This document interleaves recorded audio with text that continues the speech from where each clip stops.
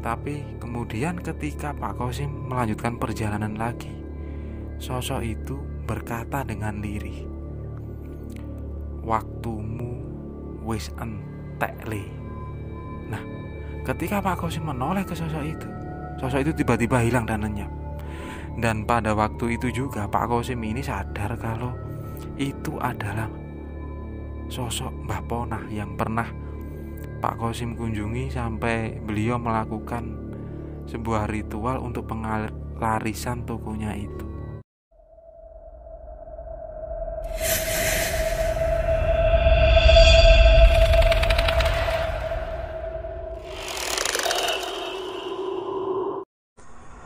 Assalamualaikum. Anakku stres, Mas. Dan hartaku ini semuanya sudah habis. Itu semua karena kesalahanku waktu itu. Sebuah cerita dari seseorang. Beliau ini mengenalkan dirinya dengan nama Pak Kosim. Nah, Pak Kosim ini tinggal di salah satu kabupaten di Jawa Tengah. Jadi beliau ini menceritakan kepadaku sebuah pengalaman, dan supaya ini bisa jadi pembelajaran. Beliau juga langsung berkomunikasi melalui telepon untuk menjelaskan tentang kisah yang sangat detail ini. Harapan beliau supaya tidak ada yang sampai meniru apa yang pernah beliau lakukan. Kita mungkin semua tahu tentang istilah pesugihan atau penglarisan. Nah, semua ini terjadi dimulai tahun 2007 yang lalu. Jadi Pak Kosim ini sudah menikah waktu itu dan dikaruniai 2 orang anak. Anak pertama berumur 6 tahun dan anak kedua ini berusia 5 tahun. Jadi selisih mereka ini cuma 1 tahun. Pada waktu itu Pak Kosim ini masih tinggal bersama mertuanya. Dan pekerjaan sehari-hari Pak Kosim, beliau ini kuli angkut kayu. Jadi beliau bekerja pada salah seorang juragan yang di sana menebang kayu di hutan ataupun di perkebunan warga. Nah, Pak Kosim ini mengangkut kayu itu kemudian dimuat ke truk. Itulah pekerjaan sehari-hari beliau. Walaupun fisiknya sebenarnya agak kurus, jadi tidak terlalu kuat, tapi itu dipaksa karena merupakan mata pencaharian beliau. Beliau ini hidup di kampung, jadi untuk pekerjaan jarang sekali ada. Kadang seminggu kerja, setelah itu seminggu libur.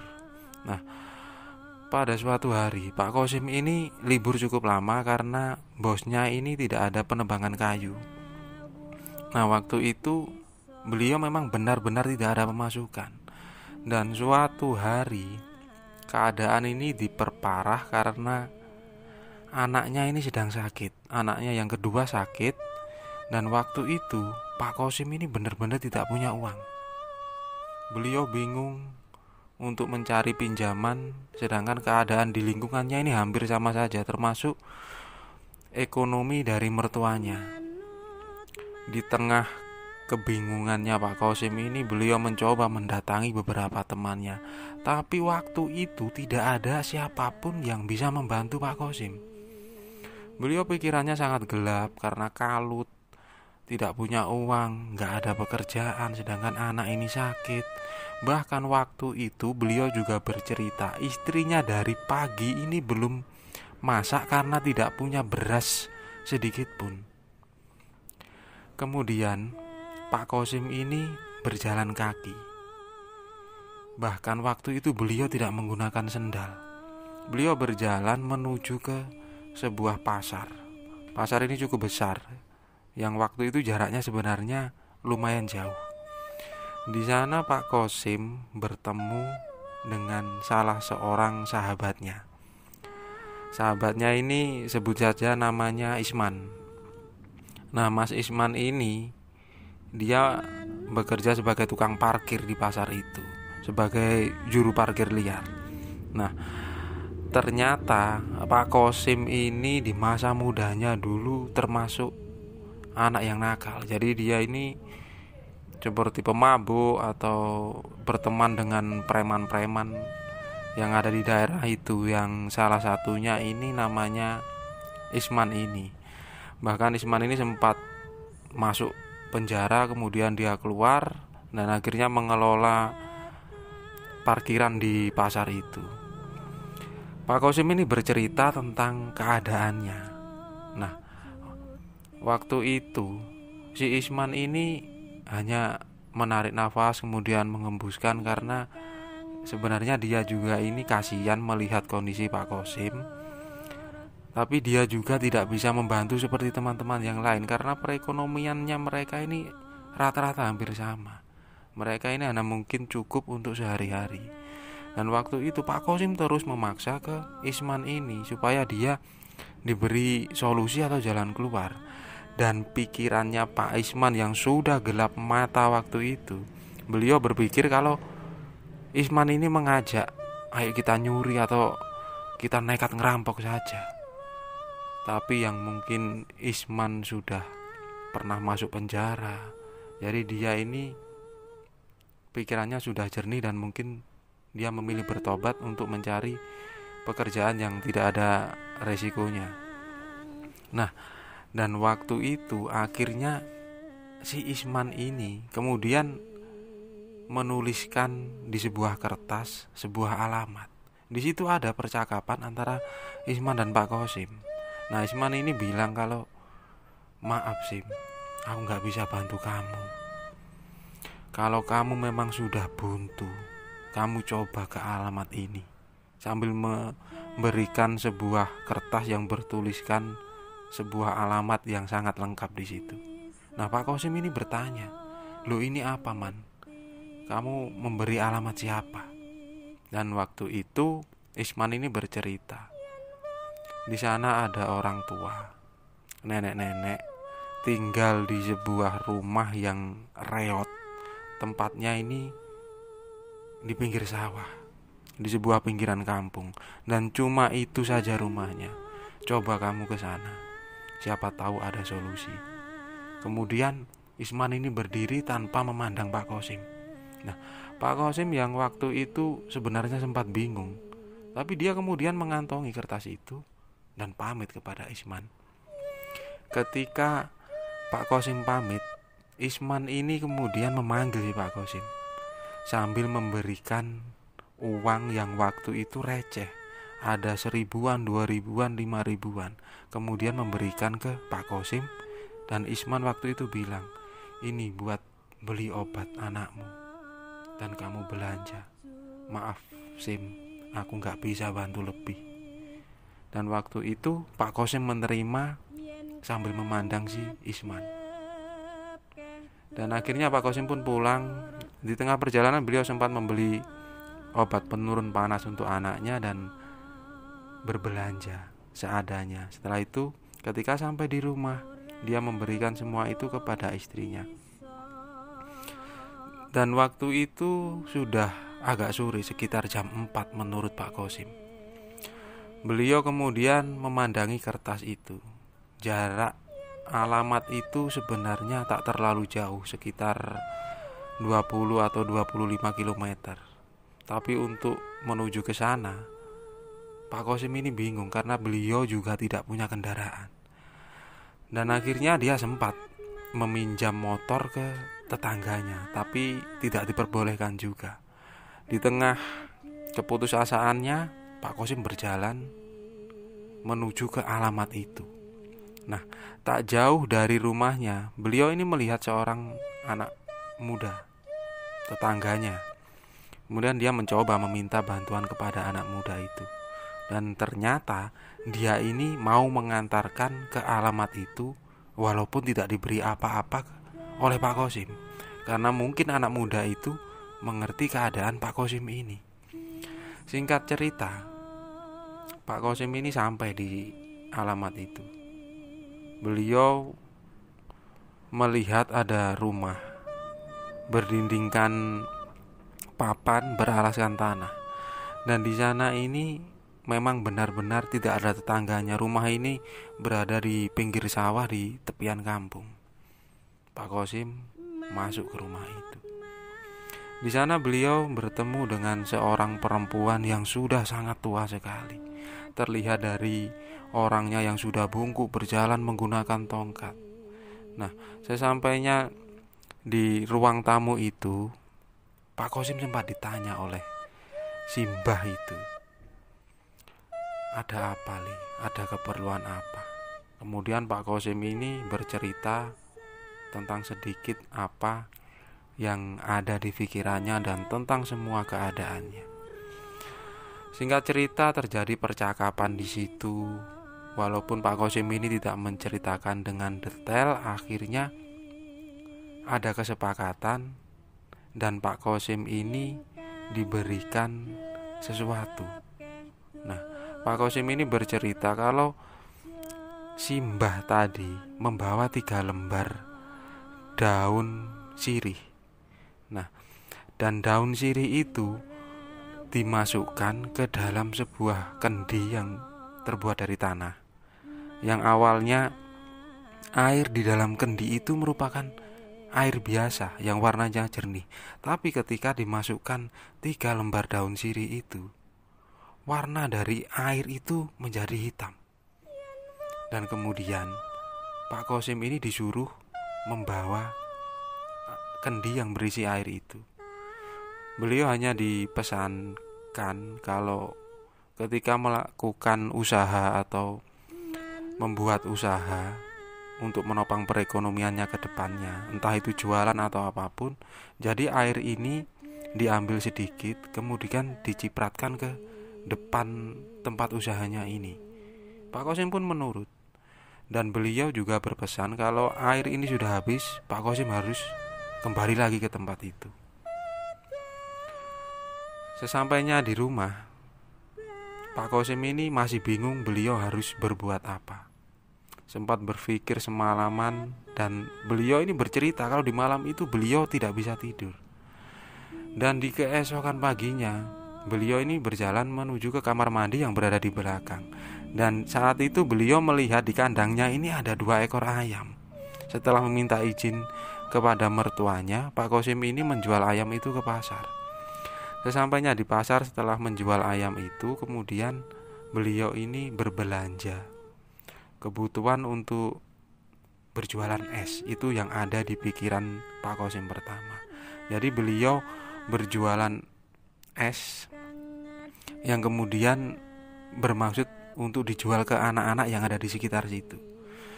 Sampainya di rumah, kemudian dengan keraguan di awalnya, Pak Kosim ini mengeluarkan satu meja dari kayu. Dan meja itu kemudian ditaruh di depan, di teras rumah. Setelah itu beliau mencoba berjualan es. Sebelum melakukan itu, Pak Kosim mengambil air dan dicipratkan ke depan-depan rumah. Istrinya ini sempat bertanya apa yang mau dilakukan oleh suaminya itu. Tapi Pak Kosim hanya menjawab dengan singkat, namanya kita usaha, Bu. Setelah itu, di hari pertama ternyata esnya ini laris. Jadi banyak anak-anak kecil yang membeli es punya Pak Kosim ini, yang waktu itu harganya cuma Rp500 per bungkus. Kemudian istrinya ini ikut senang, dan di hari kedua, ketiga, sampai beberapa hari mereka ini berjualan. Dan ternyata jualannya ini sangat laris sekali. Merasa ada pemasukan dan ada sedikit modal. Setiap pagi Pak Kosim ini berjalan menuju ke pasar yang memang ada di kampungnya. Walaupun pasarnya ini tidak terlalu besar, beliau kemudian membeli sayur. Setelah itu dibawa ke rumah dan dijual lagi. Lama-kelamaan, hanya dalam waktu beberapa bulan, usaha Pak Kosim ini semakin terlihat. Jadi barang dagangan di rumahnya ini semakin banyak. Dan waktu itu Pak Kosim ini sudah beberapa kali kembali ke rumah Simbah tadi untuk mengisi ulang air itu. Dan ketika ada rezeki yang berlebih, Pak Kosim ini sampai memberikan beberapa uang dan sempat membawa sembako untuk Simbah itu. Singkat cerita, selama 3 tahun berjalan, di pertengahan tahun 2010, Pak Kosim ini usahanya sudah besar.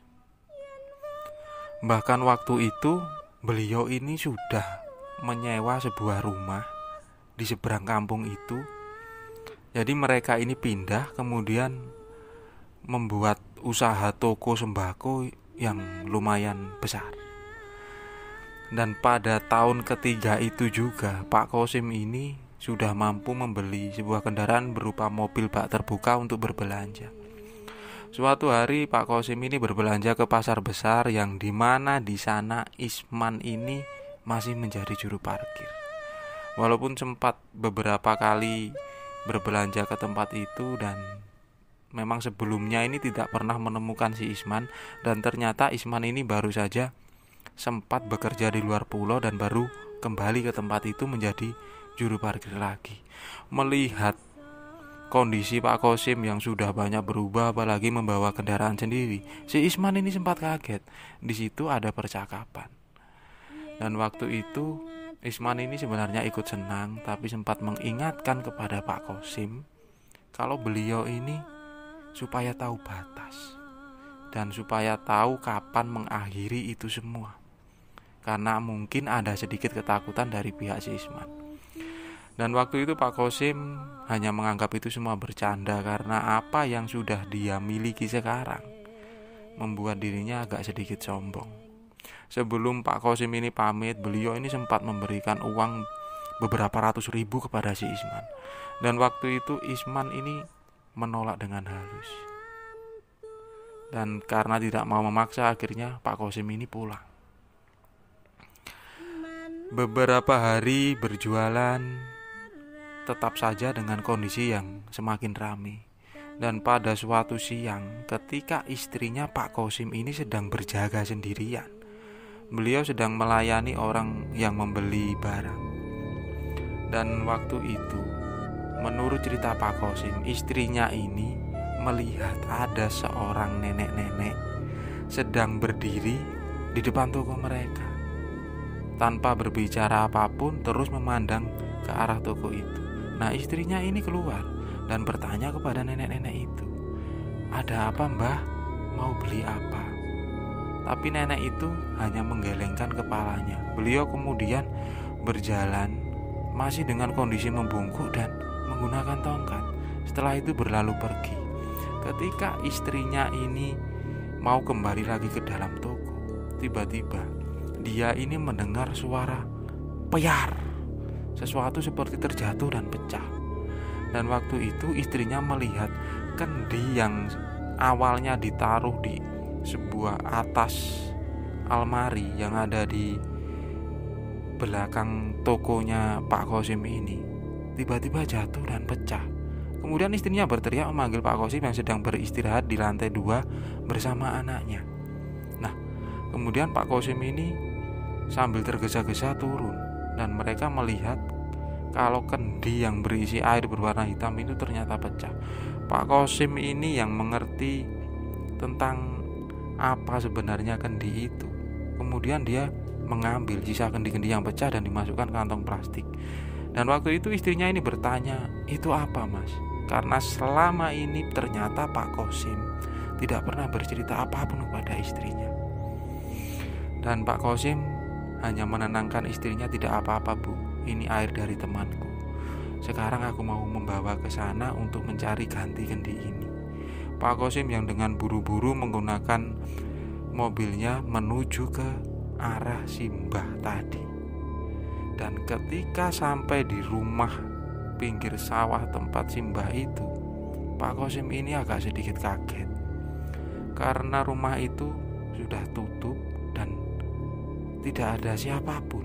Pak Kosim sempat berkeliling sambil menggedor pintu memanggil Simbah itu, dan ternyata tidak ada sahutan. Tak beberapa lama kemudian, dari kejauhan di pinggir sawah ada seorang laki-laki yang sedang mencari rumput. Kemudian Pak Kosim ini mendekati lelaki itu dan bertanya.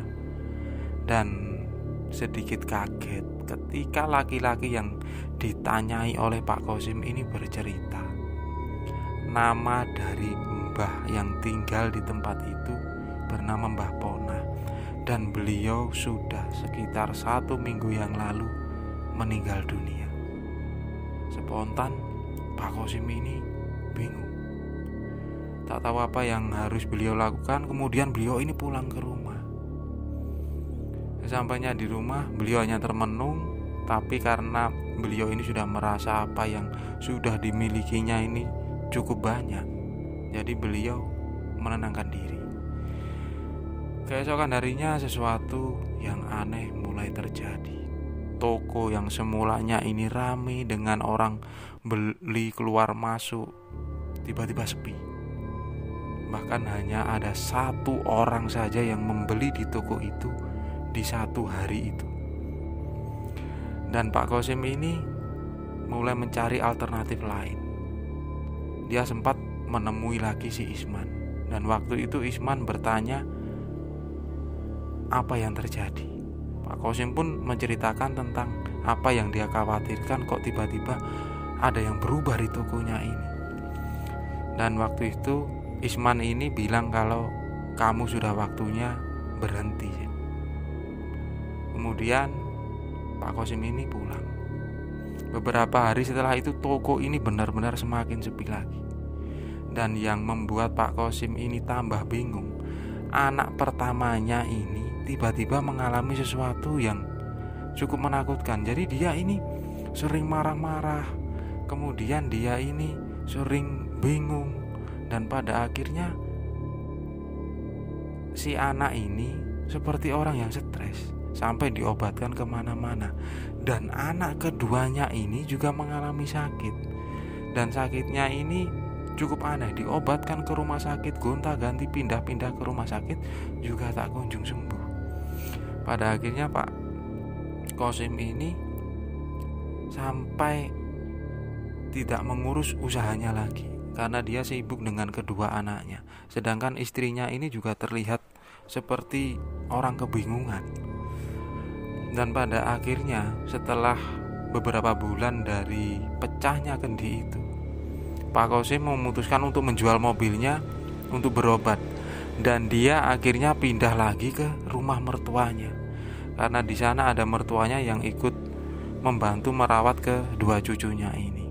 Semakin hari semakin bingung, dan pada suatu hari Pak Kosim yang sudah habis-habisan hartanya ini, kemudian beliau bertemu dengan seseorang. Nah, orang itu yang mungkin cukup mengerti tentang apa yang dialami Pak Kosim ini. Sedikit mendapatkan teguran dan wejangan yang awalnya Pak Kosim ini sempat emosi dengan apa yang dibicarakan oleh orang itu yang menyalahkan apa yang pernah dilakukan Pak Kosim. Walaupun sebenarnya Pak Kosim tidak menceritakan apapun. Dan pada akhirnya orang itu mampu mengobati anaknya, walaupun anaknya yang nomor 2 sampai pada akhirnya sembuh. Tapi anaknya yang pertama ini masih dengan keadaan yang sama. Dan di saat waktu itu Pak Kosim ini, beliau bilang kalau beliau ini mau bertobat. Dan setiap hari beliau ini sholat di sebuah musola yang ada di kampungnya itu. Beliau juga semakin ibadahnya ini semakin rajin. Suatu hari ketika beliau habis sholat isya, Pak Kosim ini pulang ke rumahnya, ke rumah mertuanya. Ketika berjalan kaki sendirian, waktu itu sudah malam dan posisinya sangat sepi, beliau ini berpapasan dengan seorang nenek-nenek. Tempat itu cukup gelap, tapi masih ada pencahayaan dari cahaya lampu jalan cukup jauh.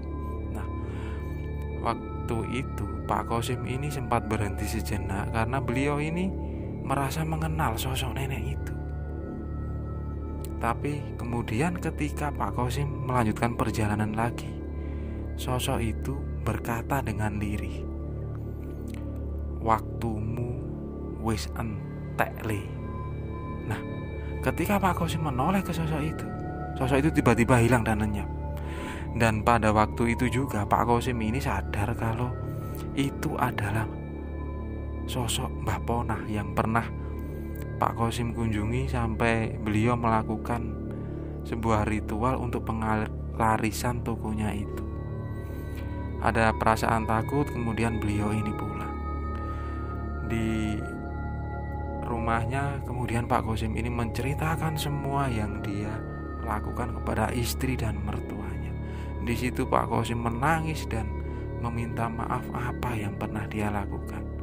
Istrinya pun menangis histeris tentang apa yang telah ternyata suaminya ini lakukan. Ada sedikit luapan kecewa dan marah, tapi semuanya sudah terjadi dan mereka harus melewati itu semua. Jadi setelah itu Pak Kosim ini kembali lagi.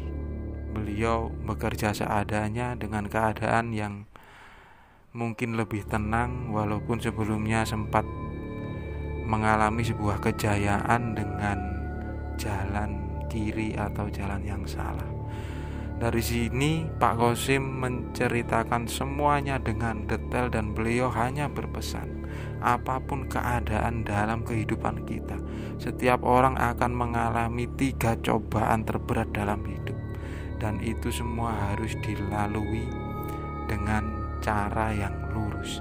Jangan sesekali berpikiran apalagi menjalani untuk kita sampai ke jalan yang salah, karena semuanya itu hanya akan menjadi semu dan sementara, bahkan akan menyiksa di akhirnya.